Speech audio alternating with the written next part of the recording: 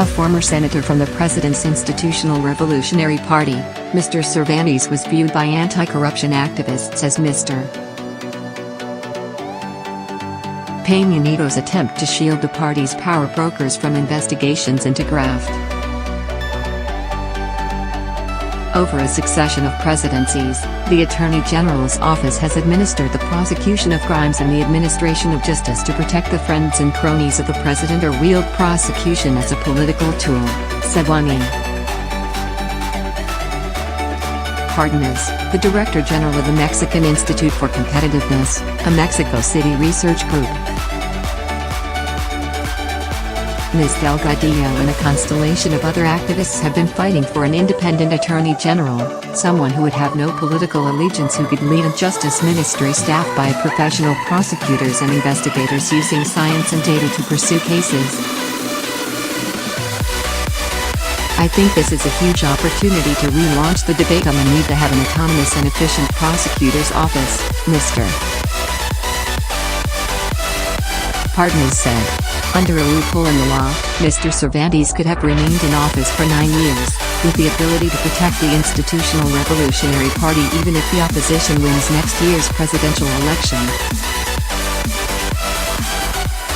3 years ago, the Mexican Congress approved the broad outlines of an independent ministry, but the overhaul stalled after human rights and anti-corruption groups argued that the legislation's fine print did nothing to assure the agency's autonomy. It was Mr. Peña Nieto's appointment of Mr. Cervantes, dubbed the buddy prosecutor, and the likelihood that he would remain in office after next year's election, that galvanized groups as diverse as women's rights organizations and the Conservative Employers Federation.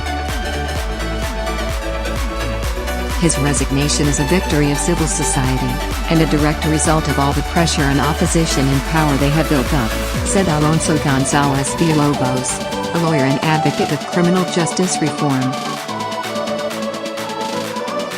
Mr. Cervantes' fate may have been sealed last month by a report in the newspaper Reforma that he had registered his Ferrari to a house in a low-income neighborhood in a neighboring state, a move that allowed him to avoid paying Mexico City taxes.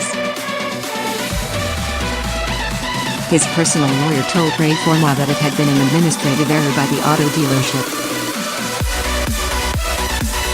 In announcing his resignation on Monday, Mr. Cervantes said that he supported the goal of an independent chief prosecutor and that he was leading to clear the air for Congress to move forward with legislation that would create an autonomous ministry.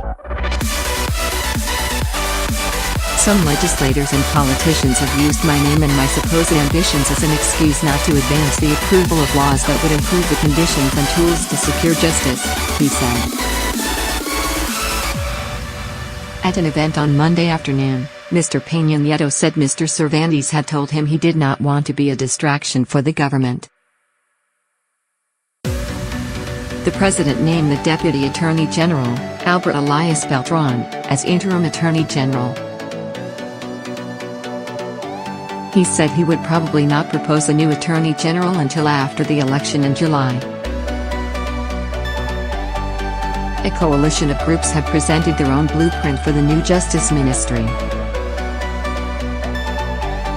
You need the right person to lead the institution and the right institutional design, Mr.